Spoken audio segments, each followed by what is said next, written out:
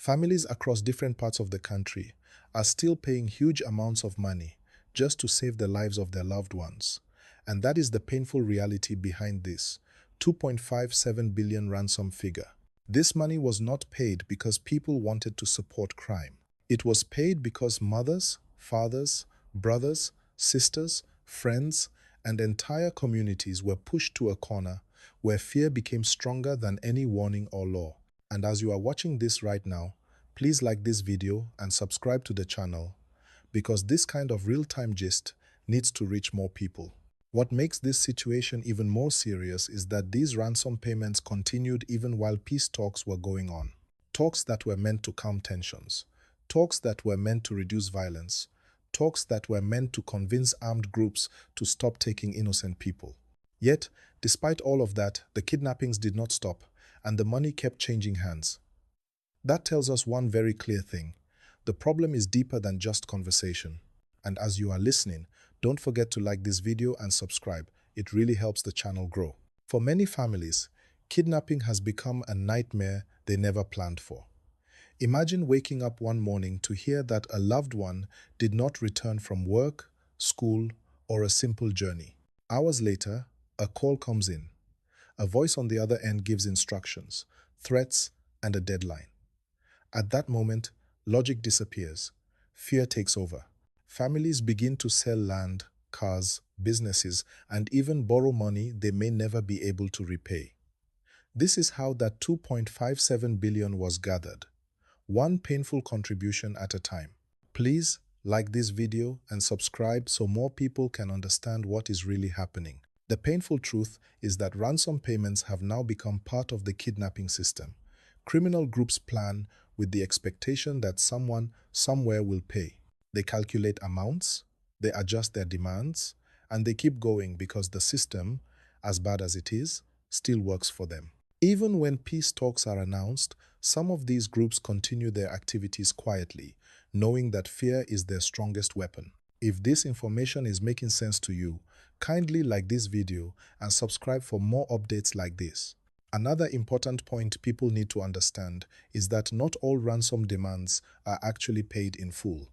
Many times, families negotiate down. What starts as a very high demand may end with a lower payment, but that does not reduce the pain. Whether it is a large amount or a smaller one, money still goes into criminal hands. And once money flows, the cycle continues. This is why many security experts keep saying that kidnapping has turned into a business model. Please like this video and subscribe. Your support matters. Now, let us talk about the effect on ordinary people. When kidnappings increase, people become afraid to travel. Farmers abandon their farms. Traders reduce movement. Parents become scared to send children to school. Communities begin to lose trust, not just in security systems, but in everyday life. The economy suffers quietly, while fear speaks loudly. This is not just a security issue. It is a human issue, and everyone feels it. If you agree, like this video and subscribe so this conversation can continue. The situation also puts pressure on peace efforts. When talks are ongoing but ransom payments continue, it weakens confidence. Some people begin to ask questions. Others begin to lose hope. And yet, for families facing immediate danger, long-term strategies feel too far away.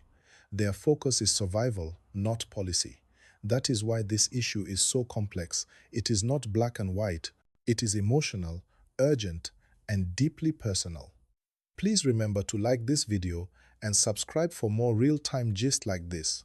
There is also the silent burden that comes after ransom is paid. Many families do not return to normal life. Debts remain. Trauma remains. Fear remains. Some victims struggle to speak about their experience. Others never fully recover emotionally. And the community moves on until the next incident happens again. This repeated cycle is what makes the 2.57 billion figure so disturbing. It represents pain that numbers alone cannot explain. If you are still following this gist, like the video and subscribe now. Security responses continue, and people hope for better outcomes. But hope alone is not enough. Many people are now asking for stronger protection, better intelligence, and more effective prevention. They want a situation where families are not forced to choose between paying money and losing lives. They want a future where peace talks are supported by real safety on the ground. Please like this video and subscribe if you want more updates as events unfold. The warning signs are becoming louder, and ignoring them will only make the situation worse for everyone. What many people still do not fully understand is that every time ransom is paid, it silently encourages the next kidnapping. Criminal groups study patterns, they watch reactions, they listen to news. When they see that money is still coming in, they believe the system is working for them. That belief is dangerous for society. If this is making sense to you, please like this video and subscribe so this message can reach more people. Another painful angle to this issue is how quietly it happens. Most ransom payments are never announced. Families keep it secret out of fear, shame, or concern for safety. That means the real figures may even be higher than what is publicly known. Many people watching this may know someone who has gone through this experience but never spoke about it. This silence protects criminals more than it protects victims. Please remember to like this video and subscribe as you continue listening. Let us also talk about how this affects trust in leadership and institutions. When people hear about peace talks but still see kidnappings happening, they begin to lose confidence. They start to feel abandoned. Some begin to believe they are on their own. This mindset is very dangerous because it weakens cooperation between citizens and authorities. Without trust, solutions become harder to implement. If you agree that trust is important, like this video and subscribe now.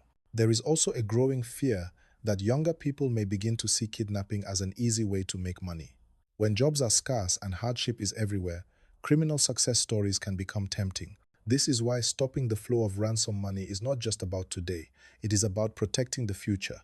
It is about making sure crime does not look attractive to the next generation. Please like this video and subscribe.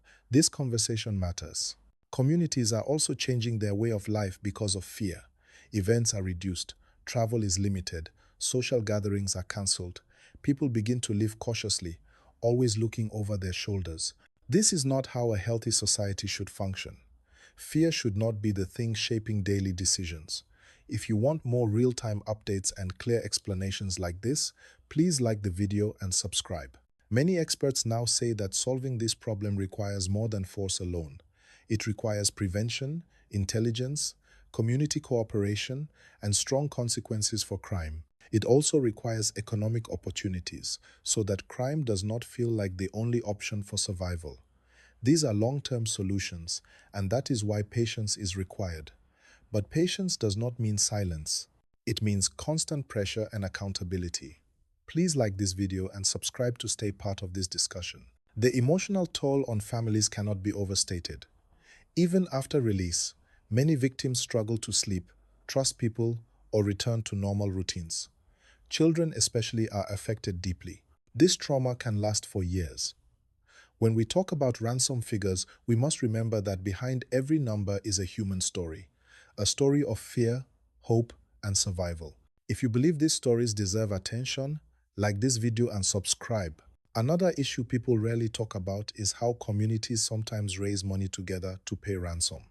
Entire villages may contribute small amounts just to save one person. While this shows unity, it also shows how desperate the situation has become. When a community is forced to fund a crime just to protect itself, something is clearly wrong. Please like this video and subscribe so more people can understand this reality. The conversation around peace talks also needs honesty. Dialogue can help, but it must be supported by strong systems. Talks without enforcement can be misunderstood. Some groups may see it as weakness instead of opportunity for peace. That is why balance is important. Strength and dialogue must work together. If you want me to keep breaking this down in clear English, like this video and subscribe.